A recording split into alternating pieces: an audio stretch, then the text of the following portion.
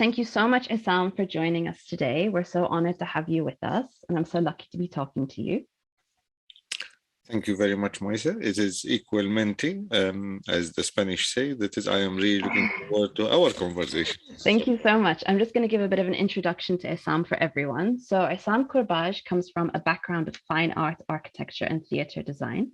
He was born in Syria and trained at the Institute of Fine Arts in Damascus, the Repin Institute of Fine Arts and Architecture in St. Petersburg, and at the Wimbledon School of Art. He has lived in the United Kingdom, in Cambridge specifically, since 1990, where he's been artist in residence, bi-fellow, and lecturer in art at Christ College. His works have been featured at museums around the world, including the Fitzwilliam Museum, the Museum of Classical Archaeology, Kettle's Yard House and Gallery, Penn Museum, British Museum, Victoria and Albert Museum, Brooklyn Museum, Tropen Museum, the list is endless, and the Venice Biennale. Most recently, for the BBC's A History of the World in 100 Objects, Neil McGregor, who is the former director of the British Museum, chose Issam's artwork Dark Water, Burning World as the 101st object. So yes, welcome, Issam. Thank you, Moisa. So before we talk about some of your fascinating projects, I'd love to hear more about your journey. So you're born in Souweida in Syria. What was it like growing up in Souweida? I've heard so many things about Souweida being a simple city, but also like an underrated city of culture. I think that is a very fair description, actually. It is in the southern part of Syria. It is in a volcanic area. And it is definitely has so much to offer, at least because of its fertile soil. The volcanic soil is fertile, and that actually the geology reflects on the character of the people. I'm not trying to blow in my trumpets, but I know that is actually growing up in a place where hardly anything in material terms, but people are incredibly resourceful, and I blame the geology for that. And then after you left Souweida, when did you leave there? You went to Damascus. I left Damascus. I left my city in 1980. Okay, and you studied at the Institute of Fine Arts in Damascus. Correct. So can you tell us any more about this initial period of your training? What kind of art you were making? I was actually, I could see already a very nice image. It looks like you excavated my life very nicely. This is actually age 14. I was trained in my city, in a place, an art center. This is where I fell in love with painting and printmaking. And after I finished school, I went to Damascus to study fine art. And actually, I specialized in painting, although I absolutely loved printmaking. But because I was trained by artists, and this makes totally different scene, if you like, having teachers as artists and practicing artists. So I went to Damascus to study fine art, and then from there I went to study architecture in Russia, in St. Petersburg, in the same time as Gorbachev. So it was really great to be in Russia, where the perestroika is happening, and I was doing my own perestroika, tuning to a different kind of form of art and architecture. Then to London, where I studied theater design. Okay. And again, you have to think differently. And I loved this idea, actually, of traveling from one culture to another culture, from one language to another language, from one discipline to another discipline. And I feel that actually enriched my life very much. And this is what I am trying now to reflect back and use these disciplines and these languages as part of my thinking. Amazing. So when you chose to go to Russia, was that your choice or was it a scholarship? What was it about Russia that brought you there? I was actually offered a place in the Beaux-Arts in Paris, but I couldn't afford it. So I was not able to go to Paris. But luckily, I had the choice either to leave or to go to serve the army. And my tools are not for army. I cannot see myself being actually have anything to do with relation to the armies. So when I was offered by the Soviet Culture Center, where I was an artist in residence there, they offered me a scholarship to go to study in St. Petersburg, which was really rescued my life. And I am very grateful to what I have seen there, and actually, if you like, changed me as a person to go somewhere absolutely so different but so familiar. The Russians have that warmth that is really very special, and I absolutely loved it there. Amazing. And you learned Russian as well, right? Absolutely. I mean, Amazing. It's my second language. Amazing. Wow.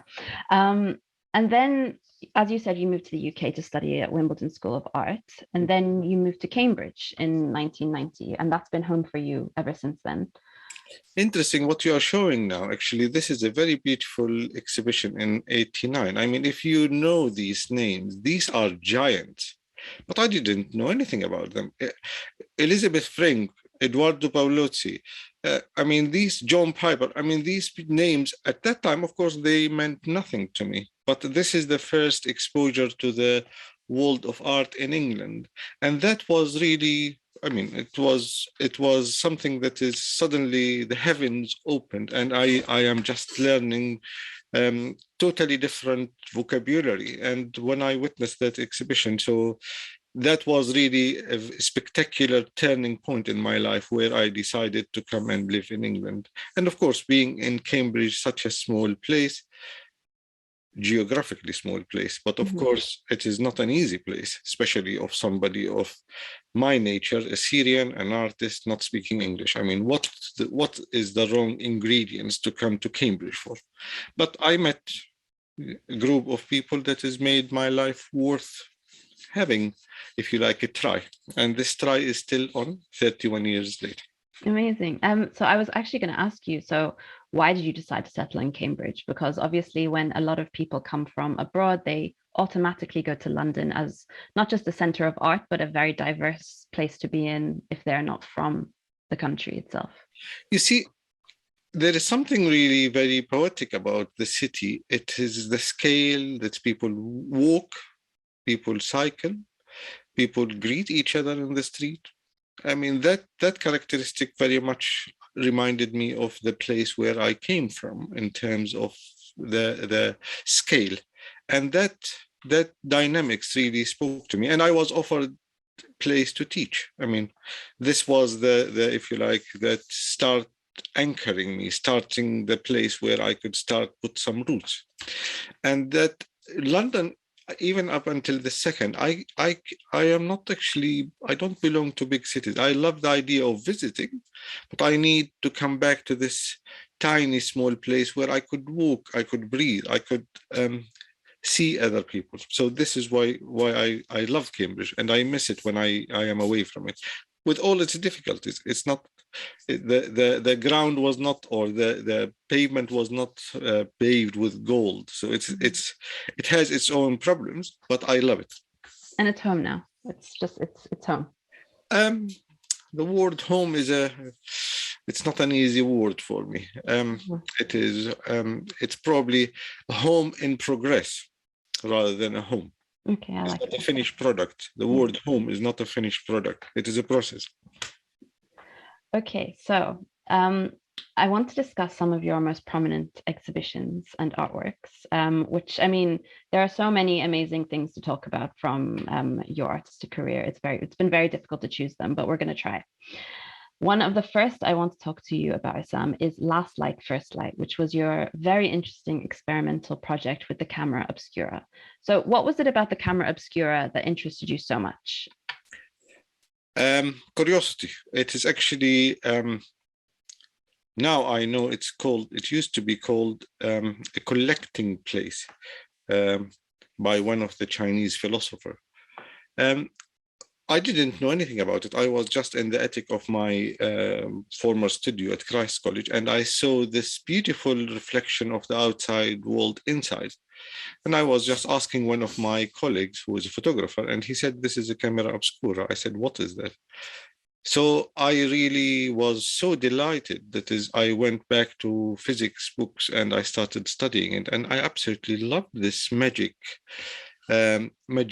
place. And it was at the time when the university was celebrating 800 anniversary. So I proposed to build a spire in the top of Great St. Mary's Church as a camera obscura. And what you are showing now, these are actually my experiments. This is the view from my studio. And it's just the magic of seeing the world upside down.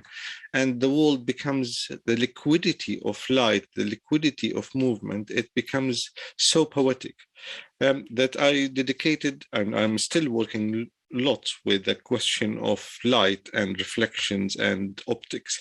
But the camera obscura, when I started studying it and seeing that it has origin with one of the important Arab scientist called Ibn al-Haytham al-Hazin, who actually made a beautiful book called Kitab al-Manadir.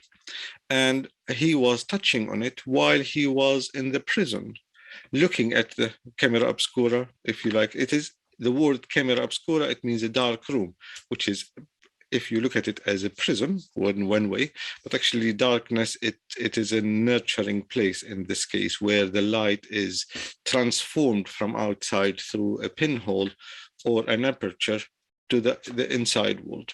So it's almost one is sitting behind one's eyes, seeing the world. And that line that you just said, darkness being a nurturing place, we're going to come back to that later because that's very relevant to one of your most recent projects that you did. Great. So another really interesting project of yours is called 1 + 11 = 2, which you did in 2007. This project was, from what I read, unplanned. It kind of happened to come together when you were given this old encyclopedia, and you had just been through a very difficult period in your career as well. Can you tell us more about this work? I was actually, in a very simple terms, I was really depressed, and the camera obscura project with Aspire fell for trivial reason, is health and safety.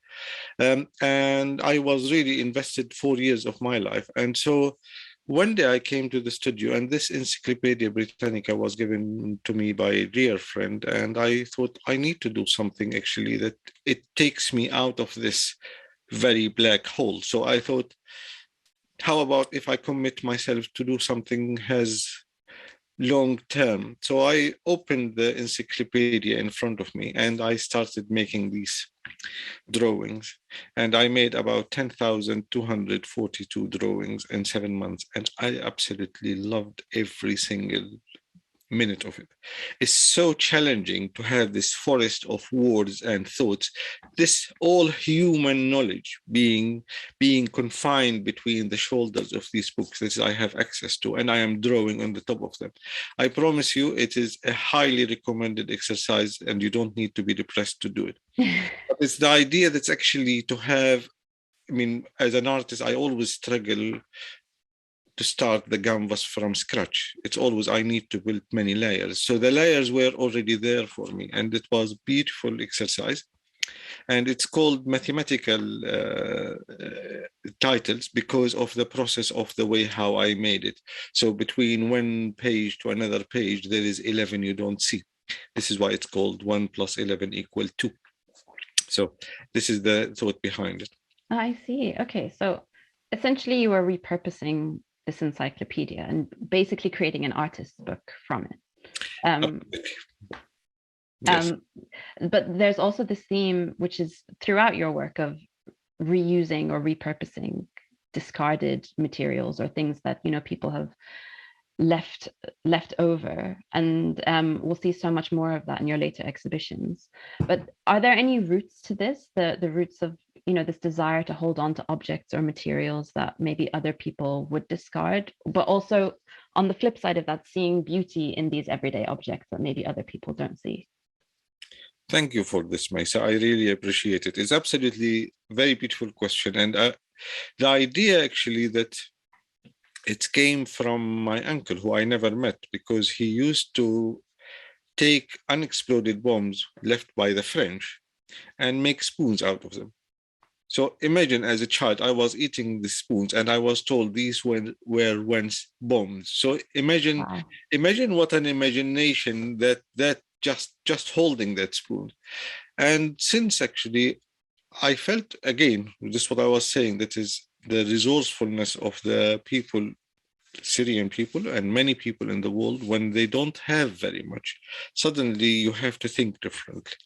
So the idea when I came to Cambridge and visiting Cuba, and I saw the Cubans have the same characteristics and the Russians have another. I mean, there is everywhere, all around the world, resourceful people. But the Cubans, they used to take their furniture and make boats out of it to travel to Miami. So it's when I came back for the first time, I used to have a studio behind the ADC theater, and their skip, their props becomes, if you like, my place where I find things and start recycling them. And it was such a beautiful journey. I never been trained as a sculptor, but that was the trigger. That is when you revisit something already has its own life, has its own voice, and actually revisiting it and repurposing it and re-energizing it. There is so many things when satisfied by surprised, it's a conversation, and suddenly actually I am visiting something I don't know about myself. So the object is giving me something, I am giving it this dance, if you like. Mm-hmm. And this is what has happened, and I am still working. Like, I mean, my studio is filled with things that is waiting to be visited.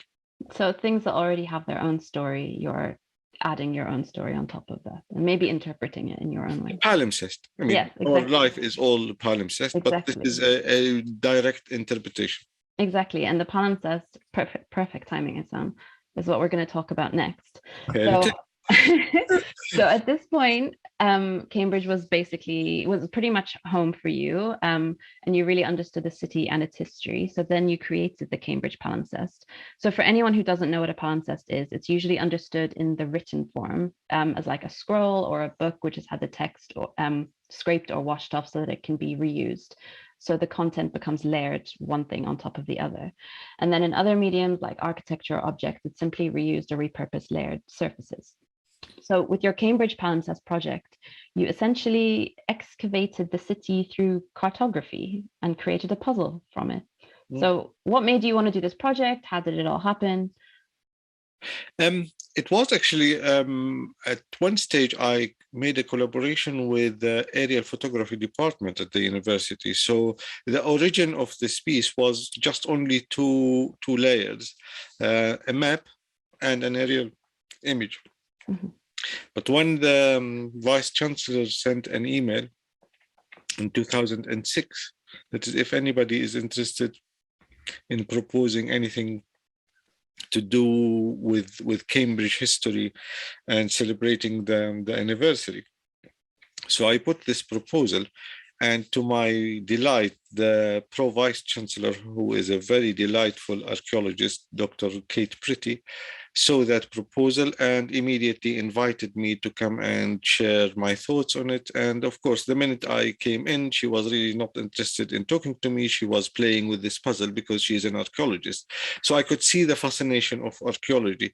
And when I started saying that actually I'm interested in developing this idea to multiple layers, and she said definitely yes, and I was given the funds to develop it, and we made only 800 copies because of the 800 celebration, and it's to do with geology, with archaeology, with the history, with the wartime and the current time. So it is 5 layers, and literally these pieces, you dig them literally in your own hands.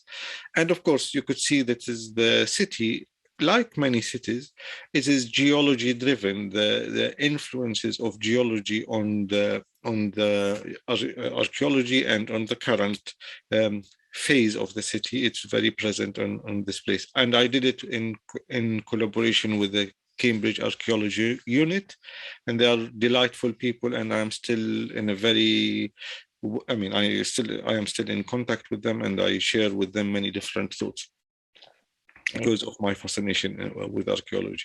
Yeah, it's amazing. Okay, so We have so much to get through, so I will keep moving. So the next project that I want to talk about is called Excavating the Present. So this was an installation you did in, I think, 2013. Yes. Based around X-ray images of humans, animals, but also some imagery of landscapes. And it was all based around this idea that death is always surrounding us and we're almost just so small and fragile in this vast, vast world. Can you explain a little bit more about this work for us? Very beautifully said, Maisa. And this is references to actually Syria specifically. This is my first time I am daring, 2 years after the conflict started in Syria and the revolution started in Syria, I couldn't actually take it to my studio. But the only thing that I thought actually seeing and hearing the way how mothers has to collect, and I'm sorry about this piece of information is very graphic, that is many mothers has to collect different body parts of their children to mourn them.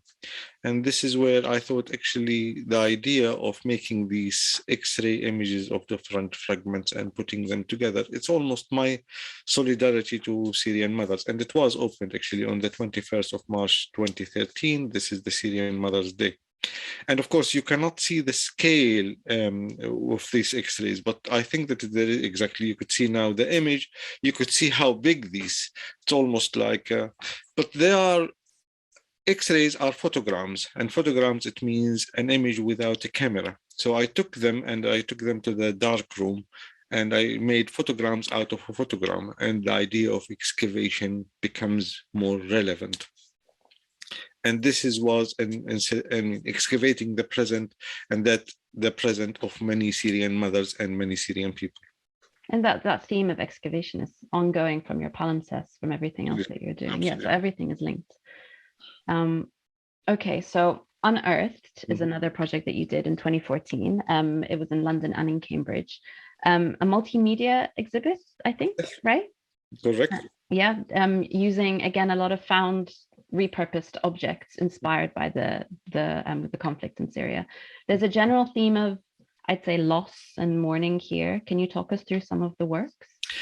Yes, I'm sure that is it is in your part of the world, like in my part, and in many different parts of the world. When somebody is deceased and we not anymore with us, we exhibit their image and we put a black line on the top of their image. But I thought actually many people were never being mourned, and I thought to express this idea of multiplicity, and here it is the image in the top, you could see it actually, this was in London, where it was totally different in different locations because it was exhibited in different locations, including the grounds of the British Museum, the Great Hall in the British Museum. And as you see, each book cover, talking about recycling, each book cover has this black line, but that black line becomes, sometimes is a word, sometimes it's a line, sometimes. So I am taking again the archaeology of that book that was once, that book or that book cover could become a person, could become a city, could become a home, could become a country. So there was definitely that element of loss, but not too direct. It is a little bit subtle. But again, it depends where you exhibit it, because there is another exhibition. It was in the, exactly here is the one. You could see it in the ground of a beautiful chapel next door to Kettle's Yard. And you could see where the stones, gravestones are there. So the connection between the gravestones and the book covers becomes much more evident. And unfortunately, in this image, you cannot see, but actually the font is holding water, and the water absolutely to the brim.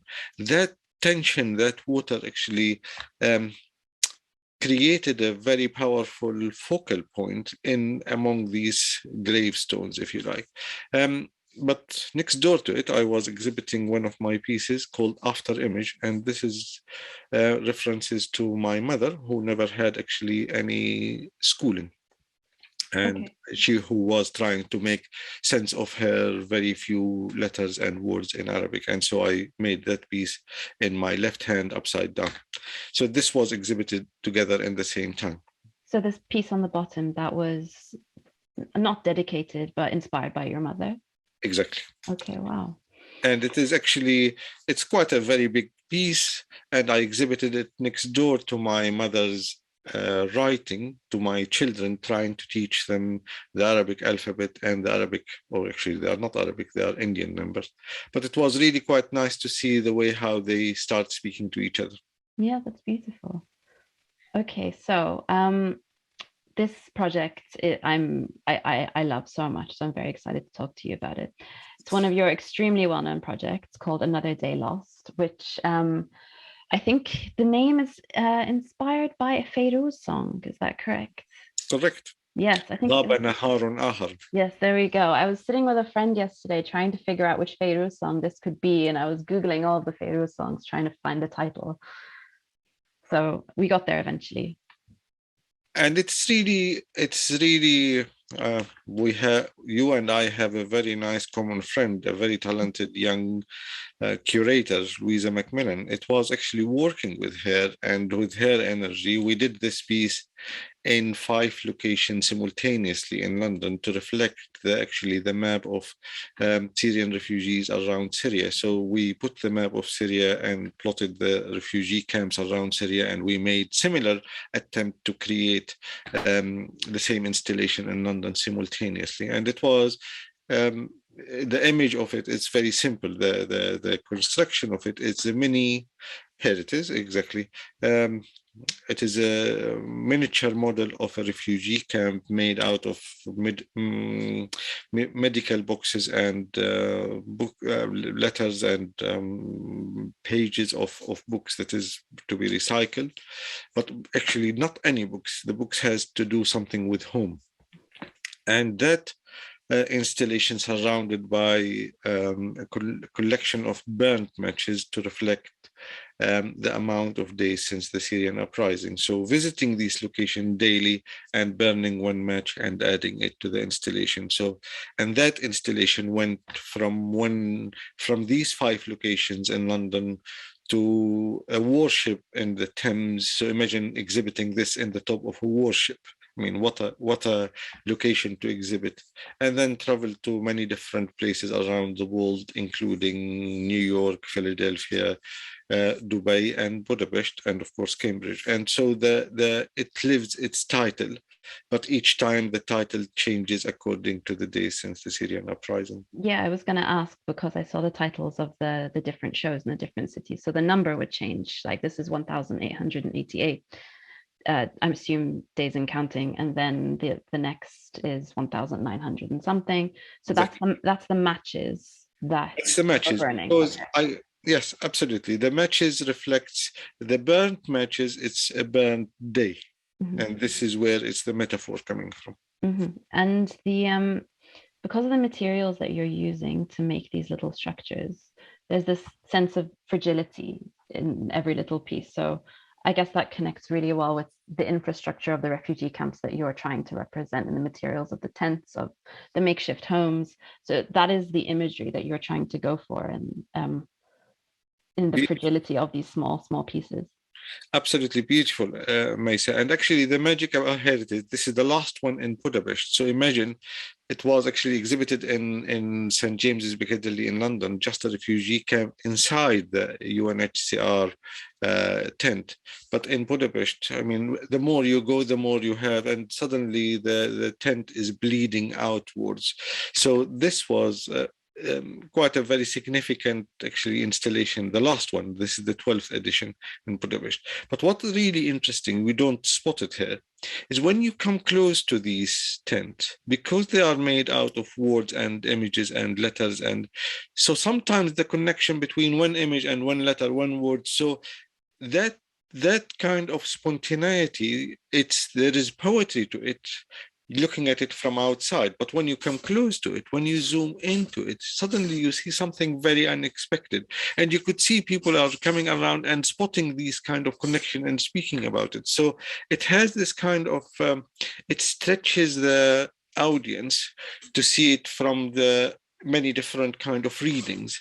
The quick reading from outside becomes a pointillist sculpture. The more you come close to it, you see it's a different poetry. And I love the idea of different readings. And these actually, the tent is supported by sandbags. And again, so nothing is wasted. Everything has to speak. Okay, amazing. And It is in New York. yeah, so that was in New York as well. Yeah. And so like actually, do you mind to go to the image after the one, the refugee camp? Exactly. I should have actually included this earlier because this is obviously a reference point for you and you're making this. Absolutely. Yeah, so this is Zaatari refugee camp in Jordan. And actually, thank you for putting this one, because this one was the trigger for that installation. One of the images I have seen, that one is the aerial image. And actually, if you see the image of old Damascus has something very similar. The wall around Damascus with all 7 gates, it's just I thought, what a contradiction, the idea of a camp and the city, and literally this is another city now. But that image actually was a very inspiring image for me. Yeah, of course. And you can see that. Sorry, go on. Yeah. I was just going to say, like, just looking at this and then looking at the installation that you made, you can see the direct link exactly, especially if you were able to see an aerial view of your installation. That would have been exactly like this. Okay, we'll move on just because of time. So in 2020, you collaborated with the Fitzwilliam Museum in Cambridge. You're using inspiration from their ancient Mesopotamian figures, and you used Aleppo soap to create your work. Can you tell us more about this? Why soap? And can you tell us more about the title you chose? There's obviously this connection with soap, but because of it was in 2020, was there also this connection with the world rediscovering hand washing because of COVID? As if we didn't need to. But I like the idea. It is interesting. I used soap in the past in my installation at the Penn Museum in Philadelphia, and it's the last piece you see. It is to do with the soap, and I titled it "Don't Wash Your Hands," next door to glass from Aleppo. So I just was trying to speak with this fragility. Whereas this one, I was invited to do a podcast with the Fitzwilliam Museum while the museum is closed. So what they asked me, in my mind's eye, this was the podcast at the Fitzwilliam Museum, and they asked me, "What would you remember from the Fitzwilliam Museum? The museum is closed. What something is left in your memory, in the back of your eye?" And I thought, actually, just the question itself, it's triggered, and it happened to be that is. At the time, actually, when you visited me in my studio, I was just going around, the typical thing, I go around different museums and see what kind of things they have from Syria. And I spotted these 3 eye idols. And I thought they are just an ideal categories to speak about them. So I spoke about them, and then they liked the way how I spoke about them. And they said, "Would you like to do any artwork relating to it?" So I thought, actually, yes, of course, I will do many of them. And so I started sculpting them out of Aleppo soap, because we were going in COVID, because we were thinking about washing our hands, but it's not any soap, it's Aleppo soap. And when I did about 200 out of them, I was so disappointed because I was making them sighted. I really didn't like them. So I thought to phone them and say, "Sorry, forget about it."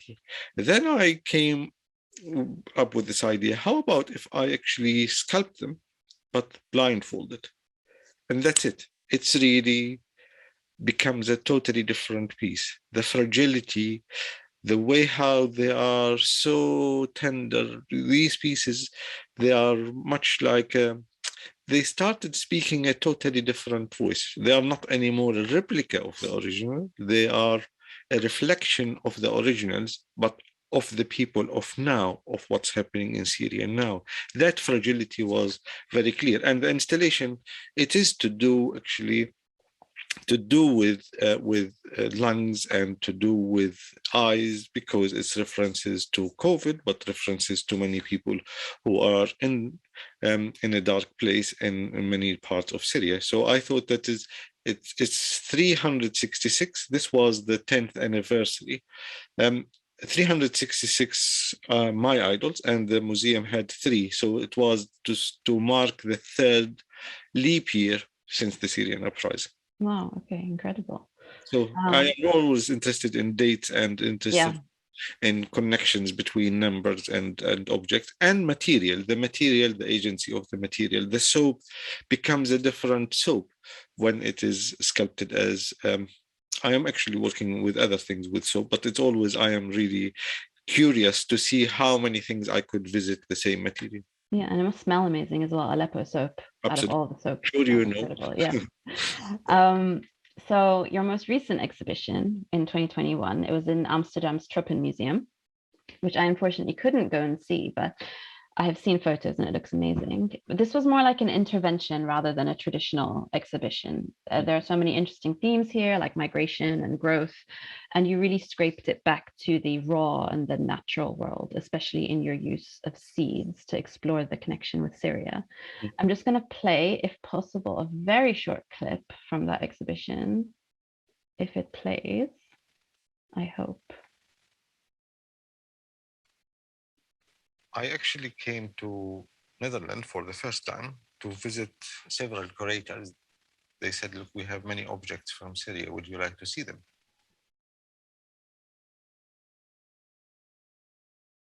I spotted one small piece of ceramic.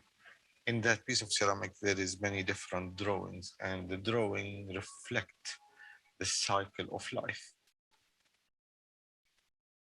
So the question of the disturbed cycle of life in a place of conflict, that's I really wanted to reflect on.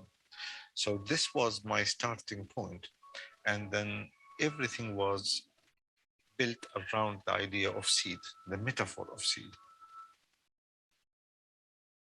In this particular installation, I am interested actually in the way how seeds has to be buried in darkness for them to become alive.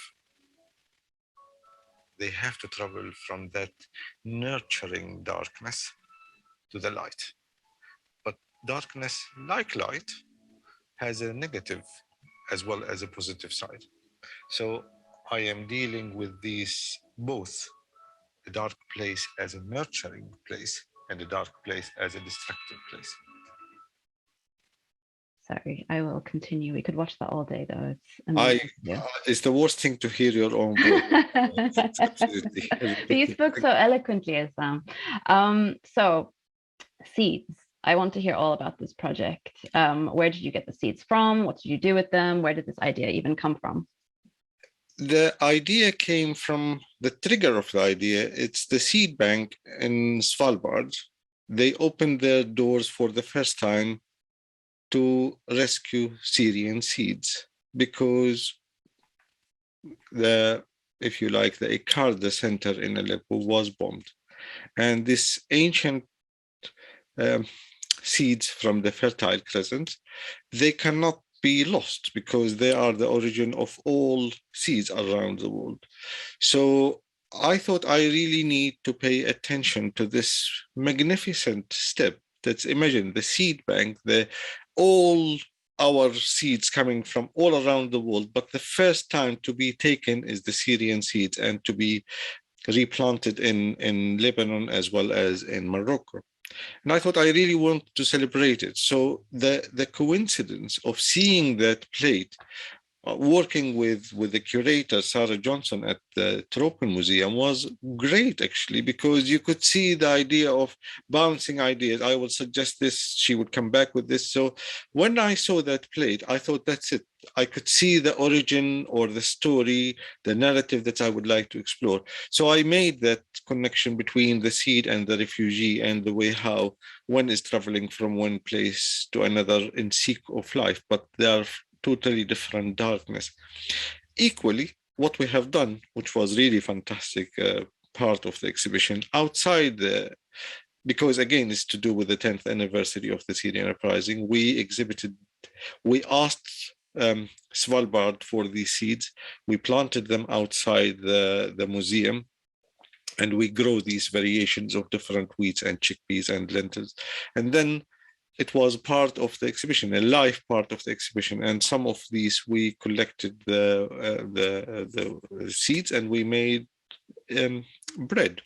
So the bread becomes part of the exhibition. So this continuum, and of course, when you see the installation in the upper part of the image, you could see, you enter the museum and you will see this diagonal, very strong diagonal with a door hanging in the, half a door actually hanging in the sky from Aleppo. I mean, what a gift to have the collection I mean, they were so generous and so sensitive to create this piece with me. A wonderful team I worked with, and you could see the creativity behind their thinking. I am suggesting this, they come back with this. So you could see everybody wants to make something out of this. So that piece was with Aleppo, half door in the top and another half fallen, with the main installation with different kind of boats as a calendar. This is the first and the last thing you see of the exhibition. Wow. So this was really a wonderful intervention that it summarized quite a lot of my thinking. If you remember, we were talking about, I am coming from fine art, architecture, and theater design. And if you excavate a little bit behind this installation, you could see the three sides of me being there as part of these artworks. Wow, and of course, having not only a collection from the museum, but we managed to acquire one piece, herbarium, 16th century herbarium from Leiden, from Naturalis. And imagine the specimens from the Middle East. They were delicious, absolutely. You could see they traveled with their roots. So the idea of actually these specimens, these plants, they were traveling with their roots. I found that is when you could see that some of them still the soils is there. I mean, imagine that soil, how long it's traveled, for how many years. Even actually, the museum had a jar with bread from Syria. I mean, you expect something really unexpected object. And I didn't want to go for the obvious, actually. I really wanted to create in this magnificent light hall something so small. So it invites you to come close to see it.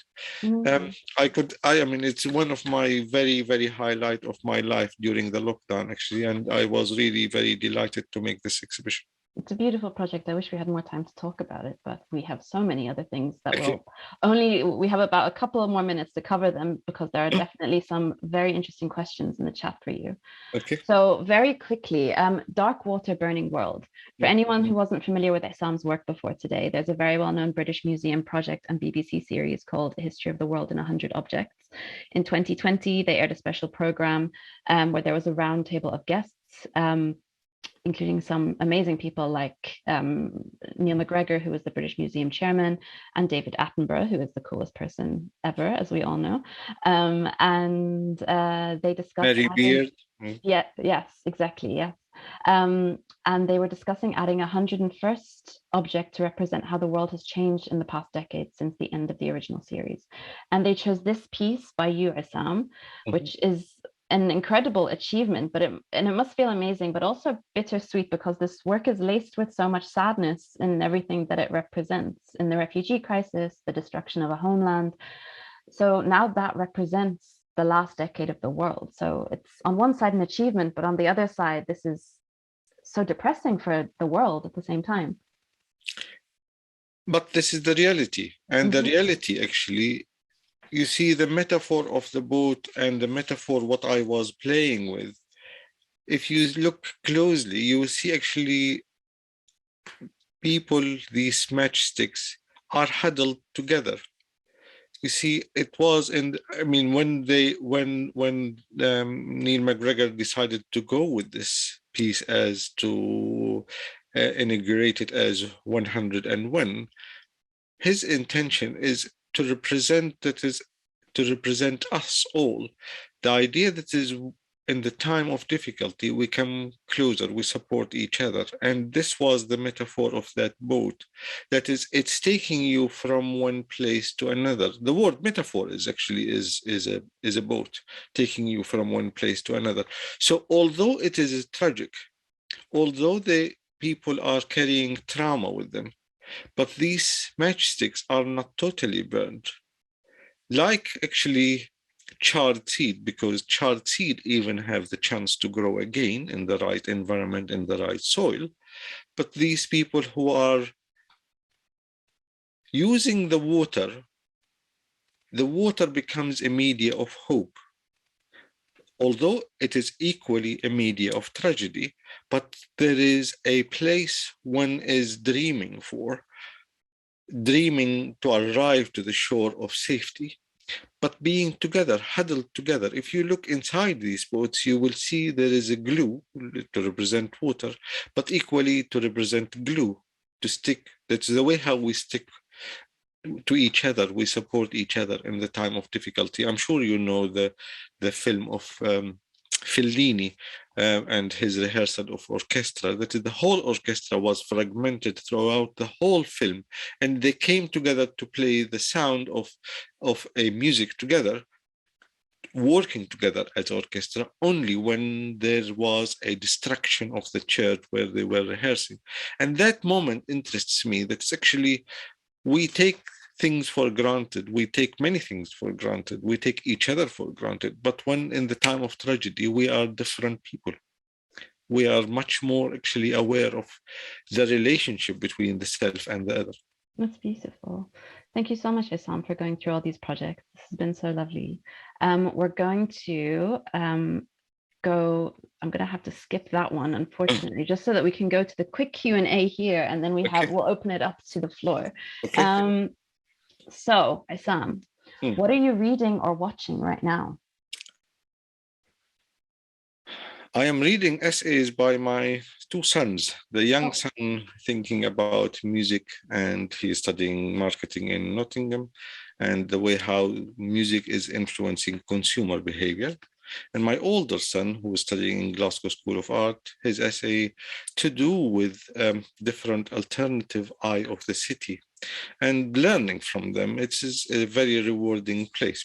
I am watching a hidden history of art history in Britain, and references to the other story, the Black artist and minority artist. And I'm really interested in this subject. No, that sounds amazing.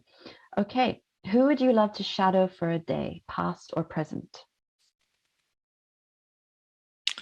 I would love to shadow my family and my friends in Syria. It's just to walk to the places of my younger self and to hold their hand, to support them, because they are going through tough times.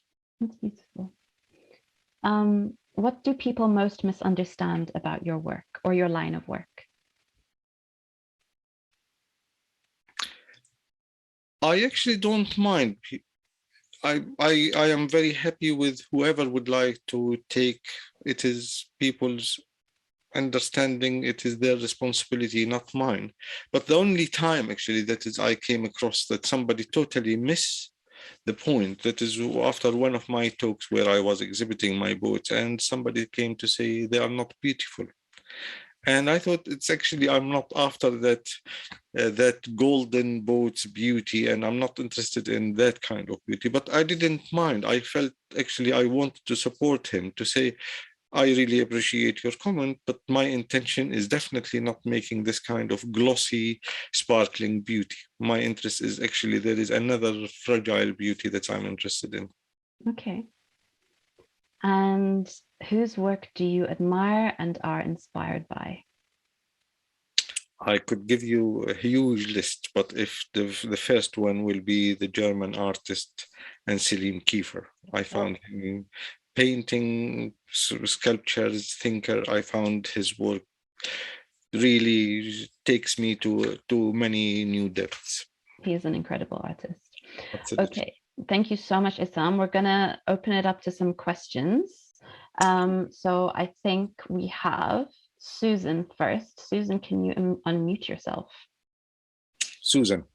Oh, hello. I wasn't expecting to be called upon like that. Thank you for your work. I have a very small question. I'm wondering, in your work, Another Day Lost, as it has toured in exhibitions around the world, is somebody still lighting the matches? Very beautiful.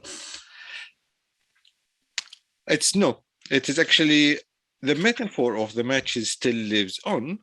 I have done many other works relating to matches, one of them called Strike, where I burned many matches reflecting the days since the Syrian uprising, and the amount of them, they started forming a nest, and the nest is references to home, to the city, etc. But nobody actually, and it is a very beautiful thought, actually, that is one needs to probably every day burn a match in memory of many different people. But I will think about that. Actually, thank you for this, Susan. I really appreciate it. But nobody is doing it. I must revisit this thought. But the idea of that installation was each time was installed that it becomes a living object rather than a finished product. Thank you. Thank you, Susan. Next, we have Usman. Thanks, Mesa and Issam. So Issam, my question, thank you for that talk. It was a really lovely talk. And so I'm wondering, because you've done obviously lots of different artworks that represent different things and mean different things to you, but some of it obviously is undoubtedly tied to what's been happening in Syria in the last 10 years with the conflict and so on. And of course, you're not saying this is a definitive experience of being a Syrian in conflict, but it does represent, it does capture some of the experiences and some of the stuff that is happening. And so my question is, in 100 years' time, when what's happening now is in a page in a history book, and there's, you know, people not, it's not on the forefront of anyone's memories, how do you hope the sort of artwork you've done in, sort of on these experiences and these artworks, how do you hope they will be remembered? And how do you think they might be remembered or looked at or understood? It's really beautiful. Thank you. I really appreciate it.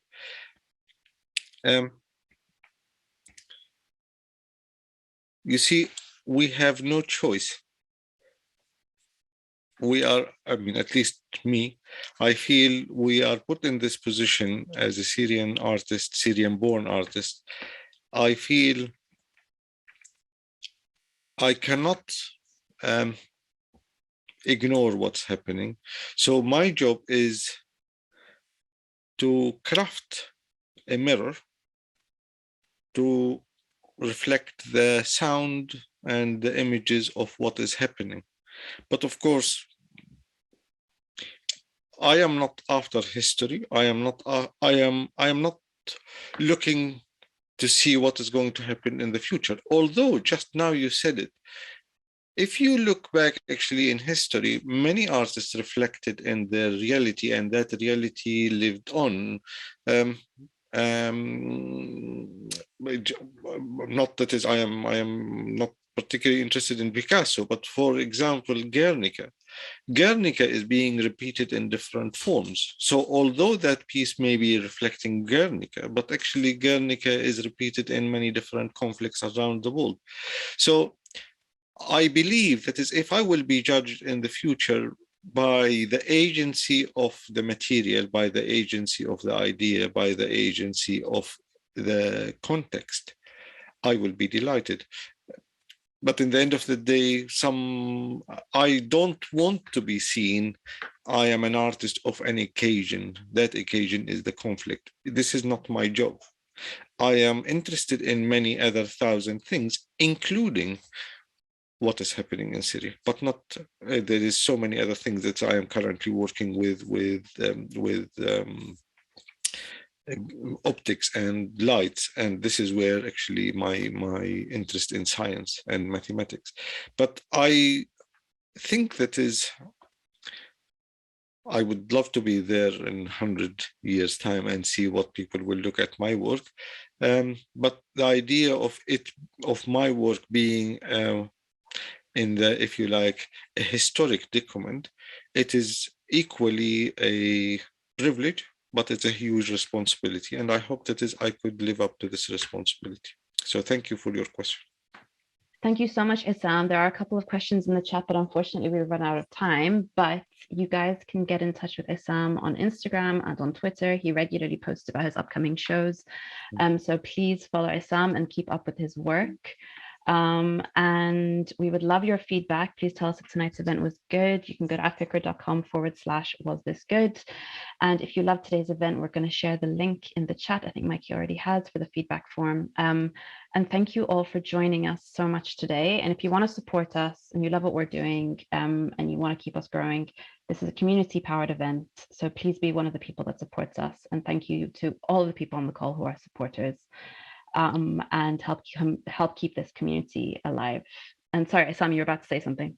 I wanted to say thank you, and many people behind the scene that we cannot see them. And it's really great to follow your energy and what you are doing with Afikra. It's really great program, and I really support everybody to invite everybody or urge everybody to carry on supporting you, because you are doing a wonderful job.